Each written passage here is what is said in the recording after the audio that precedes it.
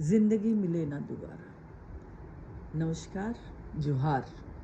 आज मन बड़ा उदास है, दुखी है, क्योंकि अंकिता बिना किसी कसूर के, बिना किसी बीमारी के ज़िंदगी की जंग हार गई। सिर्फ दरिंदों के चलते, दरिंदों की दरिंदगी आज सफल हो गई।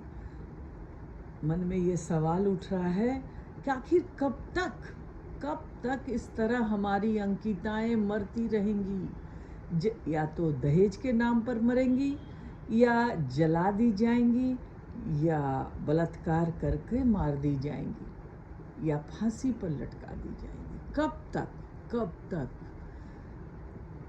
बड़ा मन उदास है। ईश्वर से एक ही प्रार्थना है कि ऐसी घटना की पुनरावृत्ति फिर कभी ना हो, और इन दरिंदों को ऐसी सजा मिले कि दूसरे दरिंदे इनको देखकर उनकी रूह कांप जाए और वो कभी सोचे भी नहीं इस तरह की हरकत करने का। आइए हम सब उसकी आत्मा के लिए, आत्मा की शांति के लिए प्रार्थना भी करते हैं। हर कोई अपने अपने घर में इसकी आत्मा की शांति के लिए प्रार्थना करेंगे, और प्रार्थना करेंगे कि जिसने उसका ये हाल बनाया है उसको कड़ी से कड़ी सज़ा मिले, और आसान मौत नहीं, उसको भी उसी तरह से तड़पा कर मारा जाए जिस तरह से हमारी अंकिता जल कर मरी है। अंकिता को श्रद्धांजलि के साथ मैं फिर से आपको नमस्कार और जोहार करती हूँ। आज मैं महिलाओं पर कुछ थोड़ा सा पहले बोलना चाहूँगी कि हम महिलाएं, हम लड़कियाँ, हमारी बच्चियाँ और क्या करें। लोग कहता है कि लड़की ही गलत है। अब बताओ अंकिता कहाँ गलत थी? अब बताओ कि कहाँ उसने गलती की थी?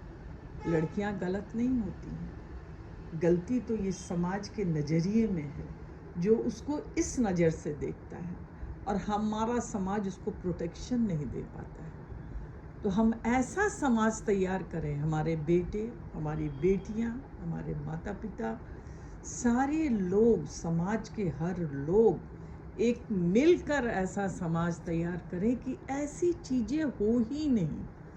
हम शिक्षा दें अपने बेटे बेटियों को, लड़कों को स्पेशली, कि समझा करो, इस तरह का कार्य कभी मत करो। किसी के दिल को दुखाना तो दूर की बात, यहाँ तो शरीर को जला दिया गया। तो इस तरह का समाज हम बनाएं जिसमें इस तरह की पुनरावृत्ति ना हो।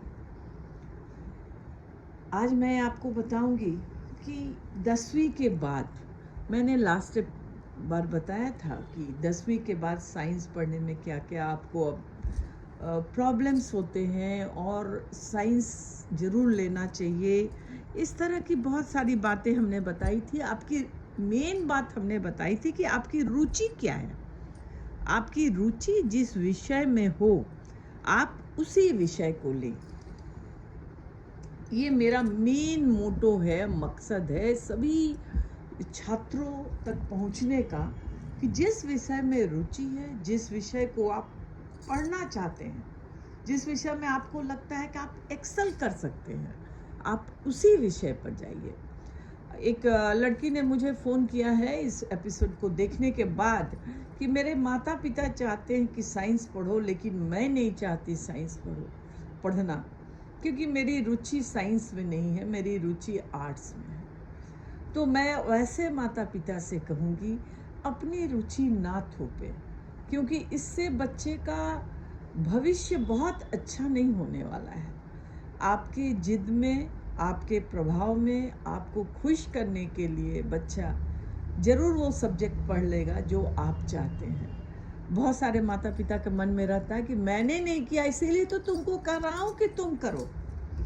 तो ये ना सोचे, अगर आपने नहीं किया और आपका पुत्र या पुत्री नहीं चाहता है तो आप उसको थोपे नहीं, आप उसके फ्रेंड बनिए और उससे पूछिए कि उसकी इच्छा क्या है, वो क्या चाहता है बनना, वो क्या चाहती है बनना, वो क्या चाहता है पढ़ना, वो क्या चाहती है पढ़ना। तो इस तरह के लिए साइंस एक बहुत अच्छा ऑप्शन है। जिसकी रुचि साइंस में है वो साइंस पढ़ेंगे। मैंने सारे ऑप्शंस बता दिए थे उनको कि कैसे क्या करना है। अब मैं आज आपको बताऊंगी कॉमर्स, वाणिज्य के बारे में। कॉमर्स एक ऐसा विषय है, वाणिज्य आपका एक ऐसा विषय है जो 10th क्लास के बाद सबसे ज़्यादा लिया जाता है। आज कॉमर्स का बहुत अधिक बच्चे पसंद भी कर रहे हैं, माता पिता भी चाहते हैं कि कॉमर्स में जाए बच्चे, ताकि क्योंकि बहुत सारे उसके लिए पहले जैसे कॉमर्स में बच्चे जाते ही नहीं थे कि कॉमर्स पढ़ के करना क्या है, क्योंकि उस समय तो सोच थी डॉक्टर, इंजीनियर, शिक्षक और ये सब चीज़ें बन जाने के लिए, पैरामेडिकल या 2-4 चीज़ें हैं वो कर लेने के लिए। कॉमर्स का ऑप्शन नहीं था। तो अब कॉमर्स को पढ़कर आप बहुत कुछ कर सकते हैं, ये मैं आपको आज बताने जा रही हूँ कि कॉमर्स वाला विद्यार्थी बिजनेस, फाइनेंस, अकाउंट्स आदि में जा सकता है। जिन स्टूडेंट्स को अकाउंटिंग और फाइनेंस क्षेत्र में रुचि है उनके लिए कॉमर्स का फील्ड सबसे अच्छा है। अकाउंटिंग मतलब जैसे इनकम टैक्स अकाउंटिंग का आपने नाम सुना होगा। जैसे आप किसी भी शॉप में, दुकान में जाते होंगे तो देखते होंगे एक अकाउंट्स ऑफिसर होता है। किसी भी स्कूल कॉलेज में जाते होंगे देखते होंगे वहाँ अकाउंट्स डिपार्टमेंट होता है। उसी तरह अकाउंट्स का जो फील्ड है और फाइनेंस क्षेत्र, मतलब फाइनेंस का भी आप माता पिता के पास सुनते होंगे कि कहीं पर आज शेयर खरीदना है, डिविडेंड खरीदना है। तो ये सब चीज़ फाइनेंस की जितनी बातें हैं, ये सब चीज़ क्षेत्रों में अगर आपकी रुचि है तो आपके लिए कॉमर्स सबसे अच्छा फील्ड है। इससे भी आगे अगर आप सीए बनना चाहते हैं तो आपके लिए कॉमर्स सबसे दी बेस्ट है, मैं कहूँगी। अगर आप सोच रहे हैं कि कॉमर्स में कौन कौन से सब्जेक्ट होते हैं तो मैं आपको बता दूं कि इसमें अकाउंटिंग होती है, बिजनेस स्टडीज़ होते हैं, मैथ्स या इंफॉर्मेटिक प्रैक्टिस जिसको आईपी कहते हैं, अर्थशास्त्र, इकोनॉमिक्स भी रहता है और हिंदी और इंग्लिश भी रहते हैं। ये सीबीएसई का हो चाहे आईसीएसई का हो या आपका किसी भी स्टेट का बोर्ड हो, मतलब आपका जैक बोर्ड हो झारखंड के लिए और अदर स्टेट का अदर स्टेट बोर्ड हो, आप किसी भी स्टेट के बोर्ड में ये पांचों चीज़ें रहती हैं, 4-5 चीज़ें रहती हैं जो आपको, इसके साथ बहुत लोग कंप्यूटर भी है और भी कुछ कुछ सब्जेक्ट्स रखते हैं जिसको आप ले सकते हैं। इन विषयों के साथ आपको कॉमर्स की पढ़ाई करनी होती है। 11वीं और 12वीं कक्षा कॉमर्स विषय से करने के बाद आगे चलकर आप बहुत कुछ कर सकते हैं। लेकिन इसके पहले मैं आपको बता दूं, चूँकि कॉमर्स सबको लगता है कि बड़ा नया सब्जेक्ट है। 10th में तो हमने कॉमर्स पढ़ा ही नहीं, हमने अंग्रेजी, Hindi, social science, maths, social studies ये सब पढ़ा, लेकिन कॉमर्स तो पढ़ा ही नहीं। तो मैं आपको बढ़ दूँ कि आपने जो सोशल साइंस पढ़ा उसी का इकोनॉमिक्स इसमें आ जाता है और वही इकोनॉमिक्स थोड़ा और इलाबोरेट होकर अकाउंटिंग, फाइनेंस वगैरह में आप आ जाते हैं। तो ये पढ़ना आपके लिए बहुत लाभप्रद है और इसमें आगे चलकर आप बीकॉम भी कर सकते हैं और सबसे मज़ेदार बात, आप बीबीए भी कर सकते हैं और एमकॉम कर सकते हैं, एमबीए कर सकते हैं। अगर आपको टीचिंग लाइन में जाना है तो आप पीएचडी करके या नेट क्वालिफाई करके आप लेक्चरर बन सकते हैं, प्रोफेसर बन सकते हैं। अगर आपको बैंकिंग करना है तो आप आईबीपीएस, एसबीआई पीओ, क्लार्क के लिए भी कॉमर्स स्ट्रीम सबसे बेहतर विकल्प होता है, क्योंकि इसमें आप सारे चीज़ अकाउंटिंग वगैरह आप जान जाते हैं। सिर्फ रीजनिंग वगैरह भी आपकी, चूँकि अकाउंट्स जब पढ़ते हैं तो आपका थोड़ा मैथ्स भी रहता है, तो अब रीजनिंग वगैरह में भी आपको फ़ायदा करता है। इस तरह कॉमर्स का एक ऐसा आज क्षेत्र है कि बच्चे इसके तरफ बहुत जा रहे हैं। लेकिन मैं बच्चों को कहूँगी कि कॉमर्स में एडमिशन ले लेना ही आपके नौकरी के लिए, आपका एक करियर के रूप में जाने के लिए एक अच्छा ऑप्शन नहीं हो जाएगा।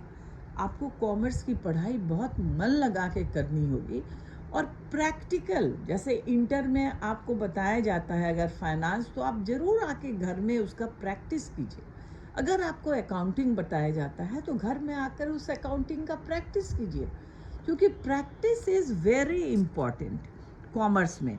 हमने बताया ना, इंफॉर्मेटिव प्रैक्टिस वो बहुत ज़रूरत है, मैथ्स के साथ है वो, उसको आपको करना होगा। बेटा साइंस लो, कॉमर्स लो, आर्ट्स लो, कुछ भी पढ़ो, लेकिन आप पढ़ना आप ही को है, करना आप ही को है, क्योंकि आपका पढ़ाई कोई और नहीं पढ़ देगा।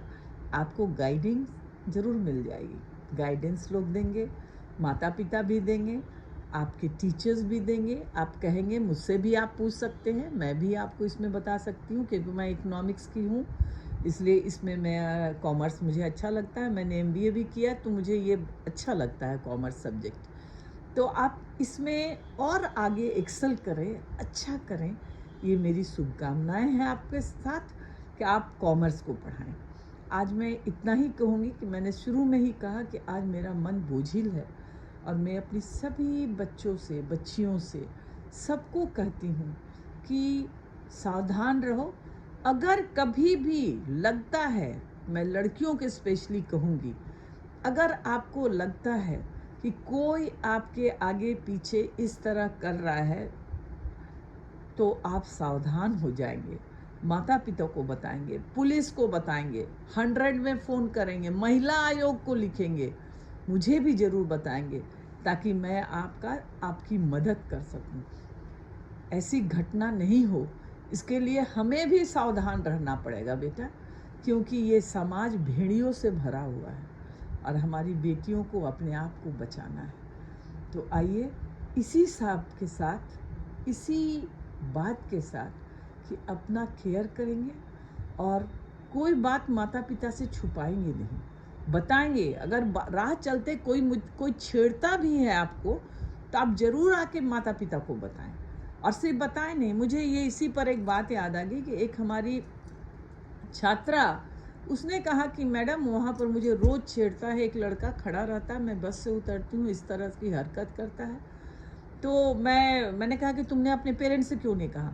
तो उन्होंने कहा कि मैंने पेरेंट्स से कहा, तो मम्मी बोली कि पापा से अगर बोलोगी तो पापा तुम्हारा कॉलेज जाना बंद करवा देंगे। तो मैंने उसके माता पिता से भी बात की, फिर पुलिस में फ़ोन करवाया, करके खुद बात करके मैंने वहाँ पर बिष्टुपुर थाना को बोलकर वहाँ पर पुलिस की हमेशा आना जाना वो लोग करने लगे, और बच्चियाँ हमारी सेफ हुई। तो इस तरह से आप बताएंगे तो हल भी निकल जाएगा। लेकिन अगर आप बताएंगे नहीं, शर्म से या डर से, तो बेटा जो डर गया वो तो मर गया। तो डरना नहीं है, शर्माना नहीं है, शर्म की कोई बात नहीं है। हम भी उसी तरह से हैं जिस तरह कोई लड़का है। आप भी उतने ही बलवान हैं। शारीरिक रूप से ईश्वर ने थोड़ा कमज़ोर बनाया है, लेकिन मानसिक रूप से उनसे बहुत ऊपर हैं आप। आपको आगे बढ़ना है, अपनी ज़िंदगी खुद तय करनी है, और उस ज़िंदगी के आप सबसे बड़े खिता, आप ही को चलाना है अपनी ज़िंदगी। आपके लिए सब लोग खड़े हैं, हम सब आपके साथ हैं। आगे बढ़ो, देखो दुनिया को आपके आगे झुकना पड़ेगा, इस तरह के दरिंदों को मार गिराना होगा। धन्यवाद, जोहार, नमस्कार।